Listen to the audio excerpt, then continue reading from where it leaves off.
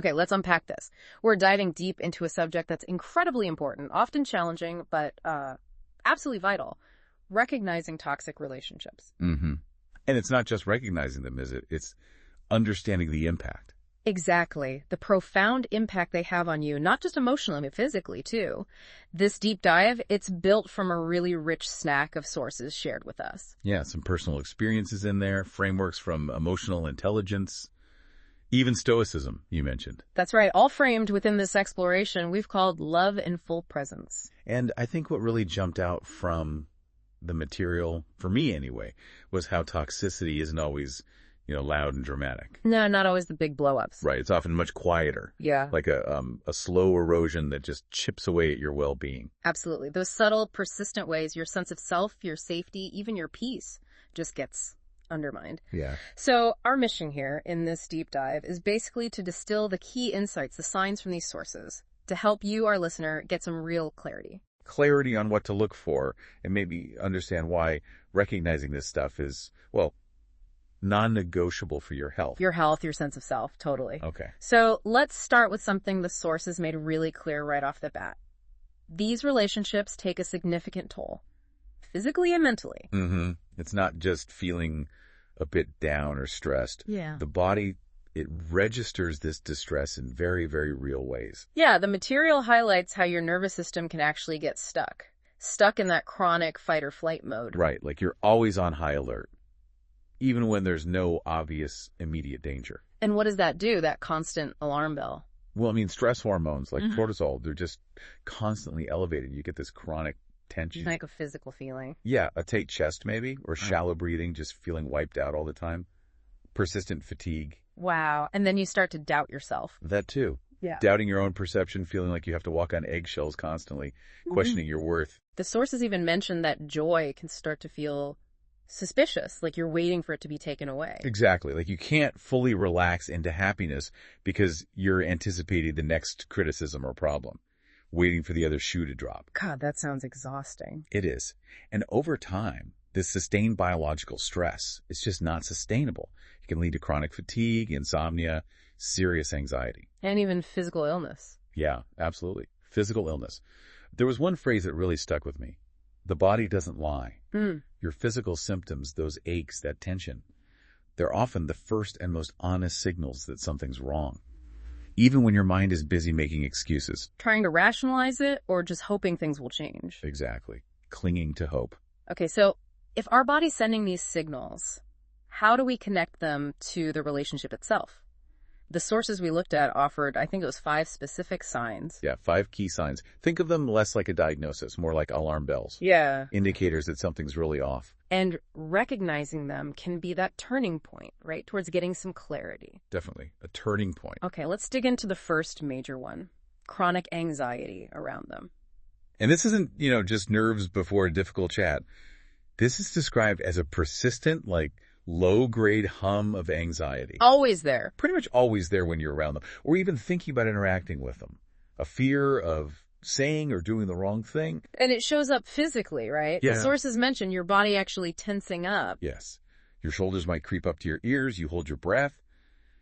That physical reaction is your nervous system screaming, danger! It's saying this isn't love, this is survival mode. That's what the material emphasizes. It's not love. It's your body stuck reacting to a perceived threat, even if that threat is emotional. Okay, so that's the internal feeling. What about outward patterns? The next sign was constantly justifying their behavior. Ah, yes. This is when you find yourself making excuses for stuff that's clearly hurtful.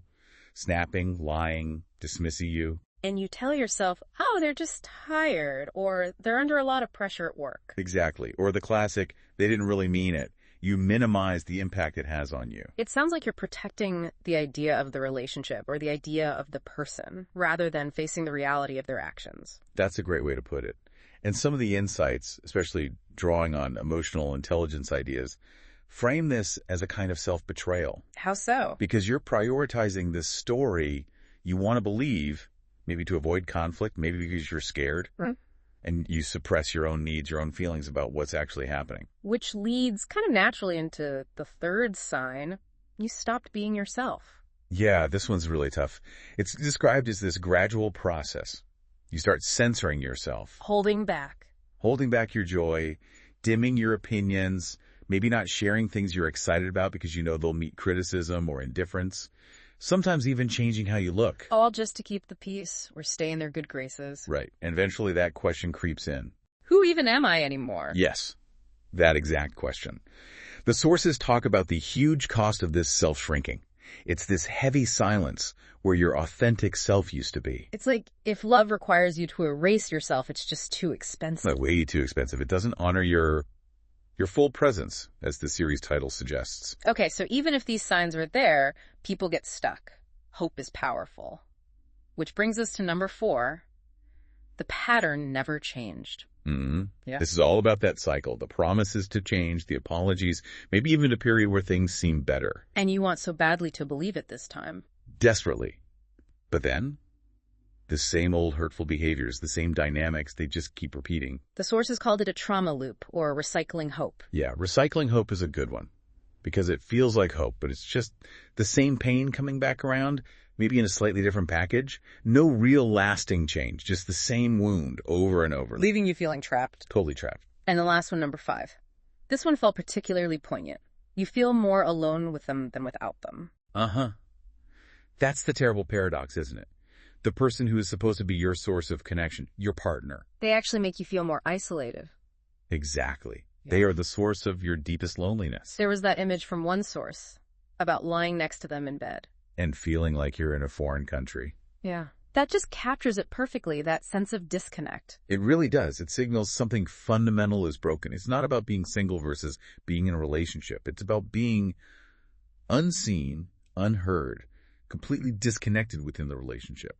So, okay, the signs are there. Why is it still so hard to leave? The sources definitely touched on that belief that love means sticking it out no matter what. Yeah, that powerful narrative, love conquers all. Yeah. But the reframe offered, maybe drawing on some of those Stoic ideas about focusing on what you can control, it's about shifting the core question. Shifting from how do I save this relationship to something much more vital? What do I need to do to save myself? Wow. That's a profound shift, and that's the first step towards letting go. Exactly, letting go. And the sources are clear. Letting go isn't failure. It's not that you didn't try hard enough. It's choosing something else. It's choosing truth over illusion, choosing peace over constant turmoil, choosing reality, even if it's painful, over a fantasy that isn't coming true. It's actually an act of deep self-respect. Choosing yourself. Choosing yourself. And then the healing begins, which is described as this process of returning to yourself. Piece by piece. Piece by piece, reclaiming your wholeness, reconnecting with all those parts of you that got silenced or diminished. Wow. Okay.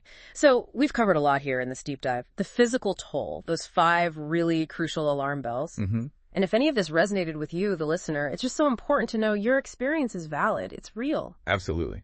Your peace matters. Your nervous system matters. Your life matters. And you deserve a love that honors all of who you are. A love that doesn't require you to shrink or erase yourself. Definitely not. So maybe the question to leave you with, listener, is this. What does it actually look like for you to start listening, really listening, to your body? To choose clarity over chaos in your own life? And how might you begin that journey back to your own wholeness?